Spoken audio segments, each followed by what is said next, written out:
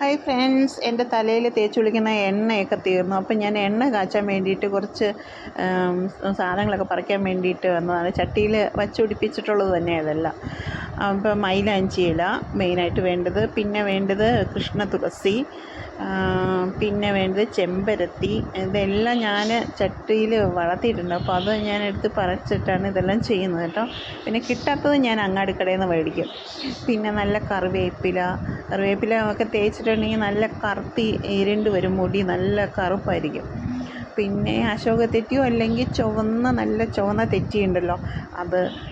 പിന്നെ കറ്റാർ വാഴ എടുത്തിട്ട് നമ്മൾ അതിൻ്റെ തോടൊന്നും കളയണ്ട, അത് രണ്ട് സൈഡിലുള്ള മുള്ള് തെറ്റിയിട്ട് ചെത്തിയെടുത്തിട്ട് കുറച്ച് നേരം വച്ചിരുന്നാൽ മതി. അതിൻ്റെ കറയൊക്കെ ഇളകി പോകും. അപ്പോൾ പിന്നെ എന്നിട്ട് കട്ട് ചെയ്ത് പീസാക്കി ഇട്ടാൽ മതി.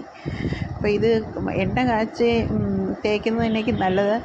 പുറത്തുനിന്ന് മേടിക്കുന്ന എണ്ണ കുഴപ്പമില്ലായിരിക്കാം, എന്നാൽ പോലും വീട്ടിലുണ്ടാക്കുന്നത് നല്ലതല്ല. ഞാൻ വീട്ടിലാണ് ഉണ്ടാക്കുന്നത്.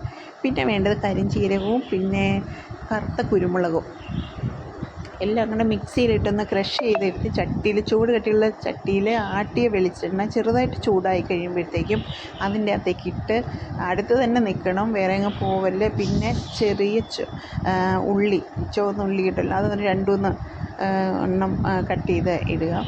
അപ്പോൾ ഇത് തിളച്ചിങ്ങനെ വരുമ്പോഴത്തേക്കും അത് നല്ല വാസനയാണ്, സൂപ്പറാണ്. ഒന്ന് ചെയ്ത് നോക്ക്. എന്നിട്ട് ഇത് പാകമായെന്ന് അറിയണമെങ്കിൽ അതിൻ്റെ ഒരു ഇല എടുത്ത് ഒടിച്ച് നോക്കിയാൽ ഒടിയും. പിന്നെ നന്നായിട്ട് നല്ലൊരു കുപ്പിയിലിട്ട് അടച്ച് വയ്ക്കുക.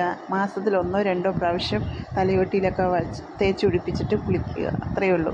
ഞാനിതാണ് ഉപയോഗിക്കുന്നത്. നിങ്ങളൊന്ന് യൂസ് ചെയ്ത് നോക്കൂ കേട്ടോ. Okay, by.